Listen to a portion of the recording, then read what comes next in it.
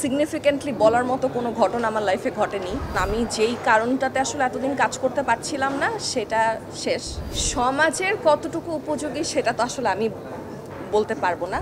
সংবাদ এবং মিডিয়ার স্বাধীনতা খুবই জরুরি। টেলিভিশনের পরে মনে হয় অনেক দিন টিপিক্যাল যে মোস্তফা সরোয়ার ফারুকীর যে মেকিং, ওনার যে চার্মটা সেটা হচ্ছিল না। একটু উনি অনেক বেশি কঠিন কঠিন সিনেমা বানাচ্ছিল। কিন্তু আমরা যারা 90s-এ বড় হয়েছি, আমাদের কাছে তো আসলে ওই 69-এর মোস্তফা সরোয়ার ফারুকীকে আমরা বেশি কানেক্ট করতে পারি।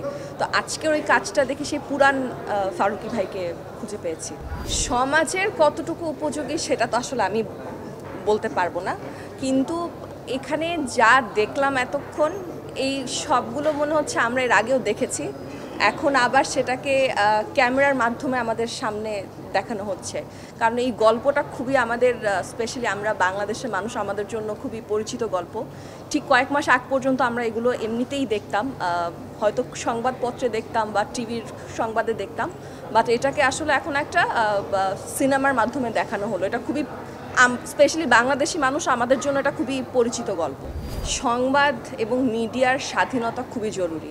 সেটা যে কোনো দেশে হোক, যে কোনো প্ল্যাটফর্মে হোক, আপনি যতক্ষণ মিডিয়াকে বা সিনেমাকে বা সংবাদকে মানে আটকানোর চেষ্টা করবেন, ততক্ষণ আসলে আমার মনে হয় না একটা দেশ কালচারালি আগাতে পারে।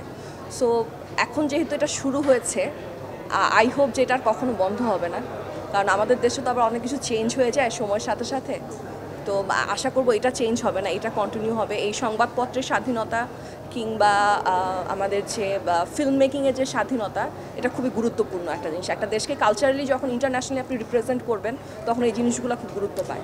সো আমার কাছে মনে হয় it's very important and I am very glad যেটা শুরু হলো। 25-এ হয়তো একটু কাজ করতে বেশি দেখবেন, কারণ আমি যেই কারণটাতে আসলে এতদিন কাজ করতে পারছিলাম না সেটা শেষ।